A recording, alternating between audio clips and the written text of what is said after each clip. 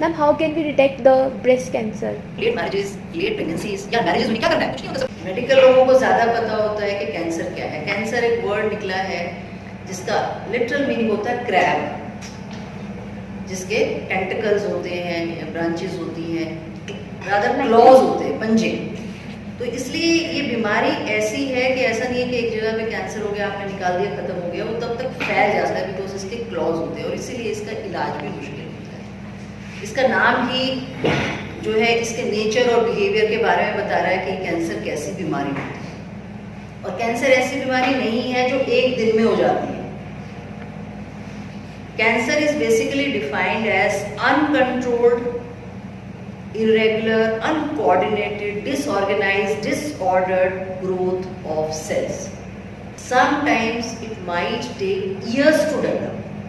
इसकी शुरुआत पहले हो जाती है, जिसका मतलब ये है which means that if we can know what are the things affecting development of cancer and because it takes time, so we can prevent it. बोला है target 3 and 5. 3 is about tobacco and related substances. I hope आपके दिमाग में एकदम से बात आ जाएगी कि इतना ज़्यादा टोबैको यूज़ होता है। And I have been working in this area since 10 years। आप लोग भी सभी इसी में, आपको पता है बेसिकली टोबैको इन्फेस्टेड एरिया है। घर घर में हुक्का, बीड़ी, हुक्की, सिगरेट, स्मोक का एक्सपोजर तो चलो होता ही है। Again everyone of us has exposure to tobacco in one or the other. घर में कोई भाई है, कोई भी करता है, और उसको जो पैसिव स्मोकिंग होती है, ऐसा नहीं है कि तुम सिगरेट बीड़ी पी रहे हो तो तभी तुम्हें नुकसान हो रहा है। पैसिव स्मोकिंग बोलते हैं उसको, जो स्मोक दूसरा बैठा हुआ उससे अगर एक्सपोज हो रहा है वो भी नुकसान करता है। तो उनका टारगेट ये था कि हमें लोगों को ये अवेयर करना है कि ये कितनी नुकसानदायक चीज़ है। अब हुक्का बार्स तो एक फैशन है वेस्टर्न, उसमें गोवा वगैरह में आप जाओ, हुक्का बार्स कॉमनली मतलब लीगलाइज्ड। अब कहते तो ये है कि उसमें कुछ वो स्मेल वाली चीज़ें या फ्लेवर चीज़ें डालते हैं, बट उसमें टोबैको होता ही होता है, तो दैट इज़ वेरी हार्मफुल। तो उसमें एक टारगेट 5 पॉइंट था, that was about misconceptions, myths, misbeliefs, जो हम कहते हैं मिथ्यक और भ्रामक विचार और विचारधाराएं। तो भगवान की दी हुई चीज़ है, भगवान ने दे दिया तो भगवान ही इलाज करेगा, भगवान ही देखेगा जो कुछ हो, ऐसा नहीं है। ये प्योरली ह्यूमन मेड है। आपकी लाइफस्टाइल, आपके खाने पीने का तरीका, आपका डिसिप्लिन जो लाइफ में है, vegetarian, use of fruits, exposure to sunlight, बहुत सारी चीज़ें हैं। और वो जो हार्मफुल सब्सटेंसेस हम बता रहे हैं, तो कहने का मतलब कि उन मिथ्यक और भ्रामक जो विचारधाराओं को है, they have to be smashed and shattered. ये ऐसा नहीं है, ये बहुत कुछ इनमें से इंसान के अपने हाथ में है। 19, 20, 21 का एक थीम था, उन्होंने कहा था I am and I will, जिसका मतलब ये था कि एवरी इंडिविजुअल, आप अपने लेवल के हिसाब से, अपने स्तर के हिसाब से, अपने एजुकेशन के हिसाब से, अपनी कैपेसिटी के हिसाब से, अपने लेवल पे कुछ ना कुछ कैंसर या कैंसर वाले मरीजों के लिए कर सकते हैं, क्योंकि आपको नहीं पता ये किसके ऊपर कब बीमारी आ सकती है। तो क्या हर इंसान, हर इंडिविजुअल कुछ कर सकता है? कर सकते हैं। और इसीलिए उन्होंने इसका वो रखा था I am and I will, कि आपके परिवार में कोई है, उसके बारे में आप जानो कि भी क्या है, कहाँ का कैंसर है, और हम उसको प्रॉपर जगह पे दिखाएं, क्वालिफाइड डॉक्टर को दिखाएं, इन्वेस्टिगेट करवाएं, उसका डायग्नोसिस बनाएं, तो ट्रीटमेंट हो सकती है और क्योर भी हो सकता है। इंडिविजुअल लेवल पे ये है। एक ग्रुप के लेवल पे क्या है, आपका पड़ोस है या आपका मोहल्ला है और वहाँ किसी को आपकी ज़रूरत है, तो आप उसको भी गाइड कर सकते हैं। देखिए, हम एज डॉक्टर्स हम इलाज करते हैं, but again I am saying the second aspect जो है कि मरीज को आपको पूरी तरीके से ठीक करना है, उसकी उन चीज़ों का भी आपको ध्यान रखना है। तो आप उनको गाइड करिए, उनको सही जगह पे लेके जाइए। If it is feasible, you can financially support somebody, किसी को ट्रांसपोर्ट हेल्प कराने में, किसी को डॉक्टर के पास ले जाने में, अगर आप दवाइयाँ अफोर्ड करवा सकते हैं, अगर करवा सकते हैं, financial it's personal choice. ICMR जो एक एपेक्स इंस्टीट्यूट है रिसर्च का, उसने जब कैंसर में रिसर्च किया, उसने प्रोजेक्ट किया था कि 2020 में अबाउट 13 लाख केसेस कैंसर के इंडिया में होंगे, 25 में अबाउट 15 लाख हो जाएंगे। प्रॉब्लम ऐसा नहीं है, पहले शायद आप लोग भी सोचते होंगे कि मेल्स में ज़्यादा होता है। 2-3 साल से उनकी आंकड़े ये बता रहे हैं कि फीमेल्स में भी कैंसर काफ़ी होता है। कई बार उनको मौका नहीं मिलता अपने डायग्नोसिस का, वो देर से प्रेजेंट करती हैं। तो प्रॉब्लम ये है कि ये हमें चीज़ें पता होनी चाहिए। फिर हो भी रहा है और लोगों को पता भी नहीं है कि इसके लक्षण क्या है। अब लक्षण का मतलब ये है कि हम उनको बोलते हैं फ्लैग साइंस।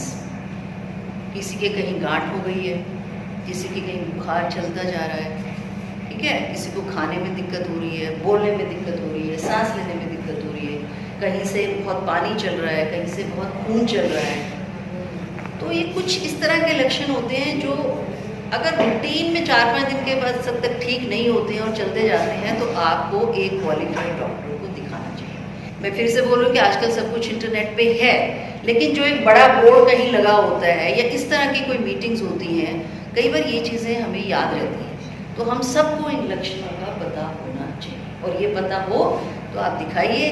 अर्ली डिटेक्शन, मैंने बोला कि स्टेज 1 है तो बहुत अच्छे रिजल्ट्स हैं, स्टेज 2 है तो थोड़े रिजल्ट खराब हो जाएंगे, स्टेज 3 है तो और ख़राब हो जाएंगे। और ऐसा देखा गया है कि आधे से ज़्यादा, अगर 100 केस डायग्नोज हो रहे हैं हमारे पास, तो उसमें 50 से ज़्यादा 60-65 वो एडवांस स्टेज में आते हैं, तो रिजल्ट अपने आप खराब हो गए। तो इसलिए ये अवेयरनेस ज़रूरी है कि हम इसको जल्दी डायग्नोज करें, हम इसकी तरफ ध्यान दें, अपना जागरूक हों कि ये चीज़ें हमें। और फिर आपको नॉलेज, पढ़े लिखे हैं, हमें पता हो कौन सा सेंटर है, कहाँ सही दिखाने से बात बनेगी, कहाँ जल्दी डायग्नोसिस होगा विदाउट डिले, और कहाँ फिर ट्रीटमेंट है। तो ये चीज़ें हम नॉलेज से हमें पता चली। अब इसमें ऐसा नहीं है कि हमें सिर्फ डॉक्टर से बात करनी, इसमें हम उन पेशेंट्स को भी इन्वॉल्व कर सकते हैं which have suffered, which have been cured. हम उनसे भी बात, उनका एक्सपीरियंस भी देख सकते हैं कि क्या प्रॉब्लम्स। बिकॉज ये कहते हैं कि जैसे ही पेशेंट को कैंसर डायग्नोज होता है और वो शुरू करता है कि मैं अपनी ट्रीटमेंट कराऊं, बहुत सारे ऑब्स्टिकल्स और बैरियर्स आते हैं। पैसे नहीं है, डॉक्टर नहीं है, बायोप्सी की रिपोर्ट नहीं है, ये नहीं है, वो नहीं है। ये बैरियर्स हमें हटाने हैं, पर उससे पहले हमें प्रॉब्लम्स इकट्ठी करनी है कि प्रॉब्लम्स क्या है। So what I mean to say is कि अपेरेंटली ऐसा लगता है कि मैं क्या करूँगा इसमें, बट हम सब अपने अपने लेवल पे अपने कुछ अगर जानते होंगे। एक ये बहुत बढ़िया चीज़ है कि हरियाणा के इस एरिया में भी there is no problem of education even for girls. तो अगर हमें कुछ पता है और हम किसी की मदद कर सकते हैं तो हमें करनी चाहिए। और cancer is one of the uncommunicable disease which is responsible for about 9-10% of deaths, जो कि इंडिया में ICMR होता है। तो क्यों ना हम उन डेथ्स को प्रिवेंट करें, क्यों ना हम उन डेथ को कम करें। कम कैसे करेंगे? Early detection treatment. Early detection कुछ हद तक हमें नॉलेज होनी चाहिए कि हम किस चीज़ को, किस उसके सिम्टम को, किस लक्षण को इग्नोर करें और किसको ना करें, कैसे उसका हम डायग्नोसिस बनवाएं, कैसे हम उसकी हेल्प करें, कैसे हम अपनी अथॉरिटीज़ से हेल्प लें। उसका एक ये तरीका भी है कि बार बार, जैसे 31 मई को वर्ल्ड नो टोबैको डे होता है, एक हम उस दिन अवेयरनेस डे करते हैं, एक हम वर्ल्ड कैंसर डे वाले दिन करते हैं। जब हम ये बार बार करेंगे तो हमारे मन में कुछ चीज़ें बैठ जाएंगी कि हम कैसे अपनी सोसाइटी को कैंसर फ्री तो इज़ नॉट पॉसिबल, पर कैंसर को कम करने में, लोगों की मदद करने में, क्योंकि लोगों की मदद हम कहते हैं पर हमें कई बार अपने लोग होते हैं जिनको हम सफ़र करते हुए नहीं देख सकते, और अगर हमें थोड़ी सी भी नॉलेज इस बारे में होगी तो हम उनकी भी मदद कर सकते हैं, इनडायरेक्टली अपनी भी मदद कर सकते हैं। Ma'am, how can we detect the breast cancer? Breast cancer आजकल टीवीज़ में बहुत आता है। वैसे मैं ENT की हूँ, मैं हेड एंड नेक कैंसर के बारे में जानती हूँ ज़्यादा, बट ब्रेस्ट कैंसर के बारे में जो है वो बताते हैं कि रेगुलरली, पीरियोडिकली, आप बाकी ये देख के पढ़ेंगे क्योंकि मैं ब्रेस्ट कैंसर के बारे में बहुत नहीं बता सकती हूँ। रिपीटेड रेगुलर पैल्पेशन कि कोई गांठ वगैरह तो नहीं है, और अगर आपको डाउट होता है then the cycle goes same. आप एक प्रॉपर कंसल्टेशन लीजिए, अगर किसी टेस्ट को ज़रूरत है, जैसे आजकल मेमोग्राफी एक तरह का एक्सरे होता है ब्रेस्ट का, और उसमें डाउटफुल एरियाज पिकअप हो जाते हैं, और उसके बाद अगर हमें बायोप्सी की ज़रूरत होती है तो हम बायोप्सी करते हैं। बट एक चीज़ आज के ज़माने में जैसे टाइम बढ़ रहा है देखने को मिली कि ब्रेस्ट कैंसर इज़ इंक्रीजिंग, जिसका कारण है जो हमारा नॉर्मल एक बायोलॉजिकल लाइफ का होता है, सही टाइम पे शादी, बच्चे, वो बायोलॉजिकल लाइफ है। तो जो लेट मैरिजेस होती हैं या नई मैरिजेस होती हैं, उन लोगों में राइट ब्रेस्ट कैंसर के चांसेस ज़्यादा। और आजकल क्योंकि वो ट्रेंड चल रहा है, सबके घर में लड़कियां भी हैं, लड़के भी हैं, शादी करने को तैयार ही नहीं होते हैं। वो लेट मैरिजेस, लेट प्रेगनेंसीज या मैरिजेस हुई नहीं, क्या करना है, कुछ नहीं होता, सब कुछ तो मिल गया है।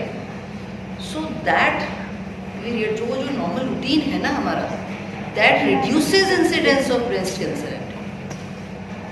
आप इसको सब इस चीज़ को थॉट देना, अगर आप में से कोई भी ऐसा सोच रहा हो तो ब्रेस्ट कैंसर का इंसिडेंस इंक्रीज हो। उसके लिए आपको रेगुलरली अपने शरीर का ध्यान रखिए, उसके बाद आप कंसल्ट करिए और कुछ भी। और कोई? मैम सभी कहते हैं कि सबसे ज़्यादा डेंजरस कैंसर ही है। मैंने ना बहुत सारी वेब सीरीज देखी है, मतलब कि मुझे बहुत ज़्यादा पसंद देखी है अच्छा। कि जैसे नाम था डॉक्टर मिस्टर, मतलब कि तो उनके बारे में मुझे बहुत इंटरेस्ट था। मैंने काफ़ी सारे ऑपरेशंस भी देखे हैं इसके बारे में। जैसे तो मैंने काफ़ी कैंसर देखे, जैसे यहाँ पे कैंसर हो गया, इतनी सुंदर, अगर कोई गर्ल हो या उसका फेस यूँ ब्लूम हो जाए, उसके बच्चे भी उससे डरे। तो मैम इन चीज़ों में मैं आपसे पूछना चाहूँगी मैम, सबसे हॉरिबल जो कैंसर होगा वो आप ऐसा कुछ नहीं कह सकते आप। शरीर के हर हिस्से में हो सकता है, और ये तो देखने वाली चीज़ है ना। जो आपको शरीर के अंदर दिख नहीं रहा है, ब्लड दिखता है आपको, ब्लड कैंसर सबसे ज़्यादा हॉरिबल चीज़ है। उसका इलाज मैं ये नहीं कह रही हूँ, हमारी साइंस ने इतना एडवांस किया है कि उसका भी इलाज है, लेकिन उसको आप कंट्रोल कैसे करोगे? एक एक बूंद निकाल के तो उसकी चेंज नहीं कर सकते। तो ऐसा कुछ नहीं कि कौन सा कैंसर कहाँ का हॉरिबल है। फिर ये डिपेंड करता है कि कौन से हिस्से का है, उसके आसपास बहुत सारे वाइटल है। अब फेफड़े का है, अब सांस लेना है आपको। अगर आपका फेफड़ा कैंसर की बीमारी से खराब होना शुरू हो गया तो जल्दी आपकी ज़िंदगी के ऊपर खतरा बनेगा। स्किन का है, स्किन का तो खतरा ऐसा बनेगा नहीं। तो ऐसा क्या, कौन सा हॉरिबल है, ऐसा कुछ नहीं है। फिर ये डिपेंड करता है वो कैंसर किस तरह का है, कितनी जल्दी फैल रहा है, कहाँ फैल रहा है। जितना जल्दी फैलेगा, जितना ज़्यादा फैलेगा, इलाज मुश्किल होता जाएगा। अब कुछ आजकल हम सेलिब्रिटीज़ के पीछे ज़्यादा होते हैं। ऋषि कपूर को भी कैंसर हुआ, इरफान खान को भी कैंसर, वो लोग तो चले गए जल्दी। बट मनीषा कोइराला है, युवराज क्रिकेटर है, उसको भी कैंसर हुआ था। He is come back to cricket again. Manisha Koirala is come back to work again. फिर वो अपने अनुपम खेर की वाइफ हैं, उसको मल्टीपल माइलोमा है, उसने ट्रीटमेंट शुरू किया हुआ है, वो भी अपने दोबारा से काम पे आ गई है। तो कहने का मतलब ये नहीं कि हमें सेलिब्रिटीज़ को कोई हमने ब्लाइंड फोल्डेड फॉलो करना है। कहने का मतलब कि उनके पास अपॉर्चुनिटीज़ थे, उन्होंने ट्रीटमेंट कराया, they can come back. So this we want to provide to every cancer patient, which is almost an impossible, but at least कोशिश कर सकते हैं। तो चीज़ ये कि थोड़ा सा पता हो, थोड़ा सा आप मेडिकल लोगों की मदद लीजिए, थोड़ा कुछ अपने में हिम्मत रखिए। तो ऐसा नहीं है, कैंसर बहुत कोई डरने वाली चीज़ नहीं है। हाँ, इसकी बाकी ये है कि कुछ जेनेटिक भी होता है कि वही कंडीशंस के अंडर मुझे हो जाता है, आपको नहीं होता है। तो ये सब चीज़ें नॉलेज जो है वो ज़रूरी है। Without knowledge we can not tell anybody anything, we can do anything. ठीक है। What is the difference between cancer and tumour? Tumour एक वर्ड होता है, ट्यूमर का मतलब लिटल मीनिंग होता है स्वेलिंग। कहीं भी गांठ है उसको हम ट्यूमर बोल देते हैं, लेकिन जो बायोप्सी के बाद डायग्नोसिस बनता है तब कैंसर। बेसिकली ट्यूमर में सेल्स का ग्रोथ का कोई ये नहीं होता। Tumour is growth. कहीं गांठ हो जाती है, यहाँ गांठ हो गई आपके, यहाँ गांठ हो गई, नाक के अंदर कोई हो गई, कहीं बॉडी में कहीं गांठ हो, वो ट्यूमर है। ट्यूमर का मतलब है स्वेलिंग, लेकिन अगर उसकी बायोप्सी लेके हमें लगता है कि उसकी सेल्स में कैंसरस चेंज आ गई, तब उसको कैंसर बोलते हैं। Otherwise every swelling is a tumour.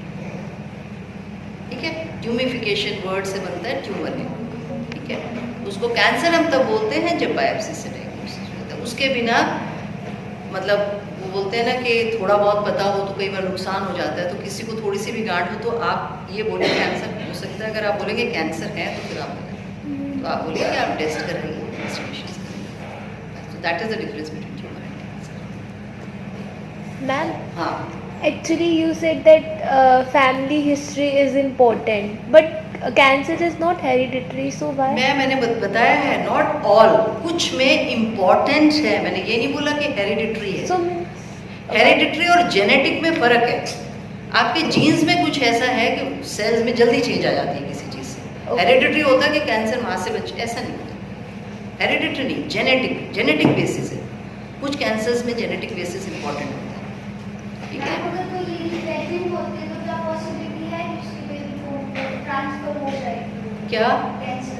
नहीं, ऐसा कुछ नहीं होता। ऐसा भी ना तो ऐसी स्टडीज हुई हैं और ऐसा कुछ नहीं होता कि कैंसर ट्रांसफर, ऐसा कुछ नहीं। तो हम उसकी कंडीशंस को देख के, सपोज उसको किसी तरह का कैंसर होता है तो उसकी कंडीशंस को देख के, और एक ट्यूमर बोर्ड बेसिकली होता है, सब लोग डिसाइड करते हैं, टीम वर्क होता है कि इसको किस तरह का इलाज इस टाइम दिया जाए या नहीं दिया जाए। हम बच्चा डिलीवरी होने की वेट करें, पर ऐसा नहीं है कि उसको उसके उसमें से चला जाए।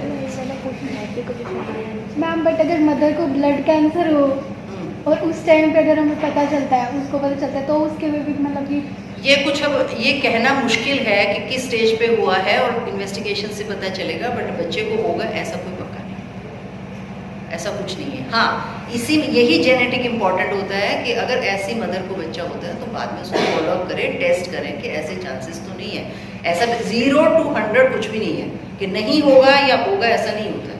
बहुत सारी चीज़ों, बहुत सारे फैक्टर्स होते हैं जिनके ऊपर डिपेंड करता है। तो हमें सतर्क रहना जरूरी है अगर ऐसा कुछ सामने है। ठीक है, सो हम ये भी कह सकते हैं कि कोई एज नहीं है, मतलब छोटे से कोई बच्चे एज को नहीं है। कुछ कैंसर बड़ी 40-50 के बाद होते हैं, पर बच्चों में भी होते हैं।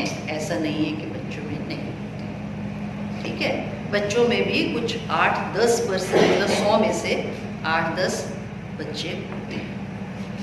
तो बच्चों में भी होते हैं, वो अलग तरह के कैंसर होते हैं, बड़ों में अलग तरह के कैंसर। ठीक है, थैंक यू मैम।